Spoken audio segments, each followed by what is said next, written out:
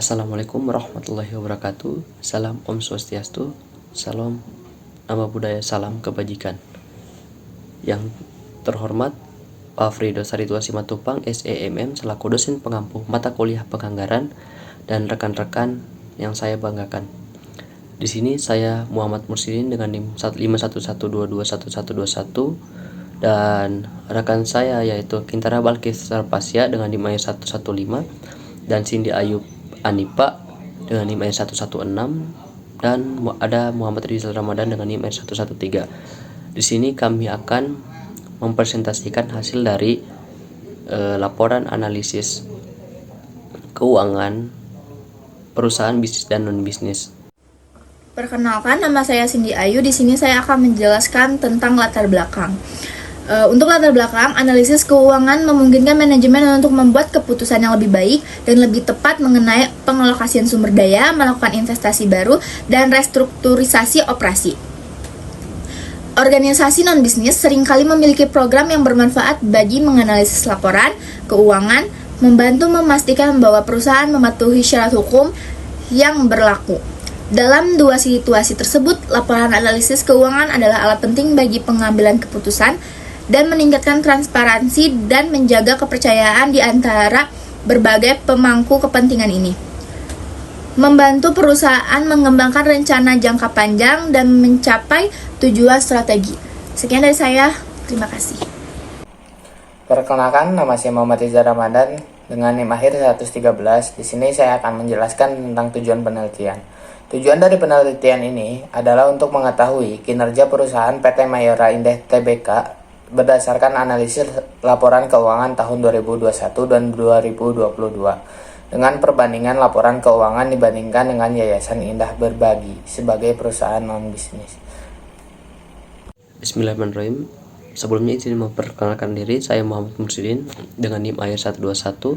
Di sini saya akan menjelaskan dan memaparkan sedikit terkait dengan hasil analisis laporan keuangan daripada perusahaan bisnis dan perusahaan non-bisnis kelompok kami.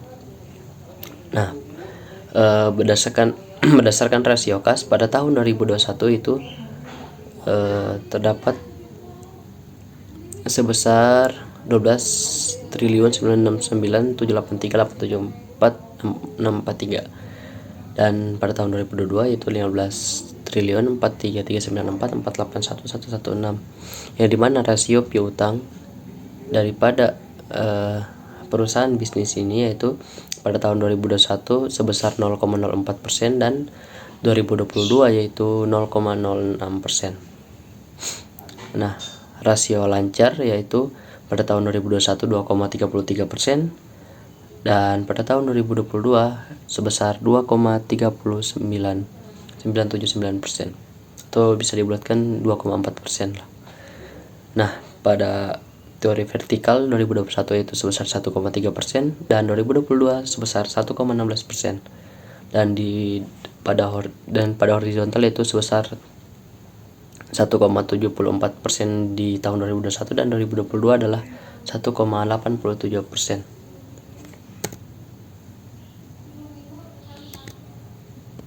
Nah, di sini saya akan menjelaskan berdasarkan aset. Pada aset di perusahaan bisnis kelompok kami ini yaitu sebesar 11% dan liabilitas yaitu sebesar 18%, ekuitas sebesar 6%, pendapatan sebesar 9%, dan laba tahun berjalan sebesar 30%. Lalu adapun beban-beban yaitu sebesar 32%. Dari nominal-nominal di atas kita membandingkan dari tahun 2021 dengan tahun 2022. Nah, sekarang masuk pada perusahaan non bisnis.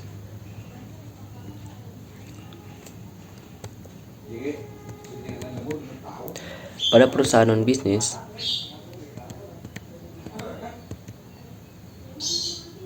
di sini ada rasio likuiditas yaitu pada tahun 2021 sebesar 35,34% dan tahun 2022 yaitu sebesar 18,90%. Adapun quick ratio sama halnya seperti rasio likuiditas, yaitu 2021 sebesar 18,95%, 2022 18,95% dan 2021 sebesar 35,34%. Lalu ada kas rasio pada 2021 sebesar 35,18% dan pada 2022 itu sebesar 17,77%. Nah, hasil dari analisis neraca laba rugi Yayasan Indah Berbagi atau perusahaan bisnis kelompok kami yaitu pada aset lancar sebesar 669.963.349, di mana hal ini merupakan jumlah dari kas dan piutang karyawan. Lalu ada pada liabilitas yaitu sebesar 73.320.515 yang terdiri dari hutang, imbalan pasca kerja dan utang pajak. Nah, itulah hasil-hasil laporan daripada perusahaan bisnis dan perusahaan non bisnis kelompok kami, yaitu kelompok 9. Untuk slide selanjutnya akan dijelaskan oleh rekan saya. Assalamualaikum warahmatullahi wabarakatuh. Perkenalkan, nama saya Kintar Balkis Rapasya. Di sini akan membahas tentang perbandingan antara PT Mayora Indah Tbk dan Yayasan Indah Berbagi. Yang pertama, perbedaan terhadap pendapatan. PT Mayora Indah Tbk fokus pada pendapatan dengan menggunakan sumber yang ada. Pendapatan berasal dari kegiatan yang direncanakan ataupun tidak direncanakan. Sedangkan Yayasan Indah Berbagi memiliki pendapatan yang lebih luas. Kategorisasi pendapatan yang lebih luas. Kategorisasi pendapatan bergantung pada adanya pembatasan atau restriksi dari sumber pendapatan keuntungan. Yang kedua, terhadap keuntungan dapat diklaim pemilik berdasarkan modal Yayasan Indah Berbagi, tidak memperoleh keuntungan dari manapun. Selanjutnya ada modal. PT Mayora Indah Tbk bertujuan untuk memperoleh keuntungan sebesar-besarnya, sedangkan Yayasan Indah Berbagi modal bertujuan untuk membatasi kegiatan yayasan atau membiayai kegiatan yayasan. Yang terakhir ada tujuan. Pada tujuan keduanya sama, yaitu memberikan informasi relevan bagi pengguna laporan keuangan, informasi dan digunakan untuk menilai kinerja organisasi, membuat keputusan dan mengevaluasi resiko. Terima kasih.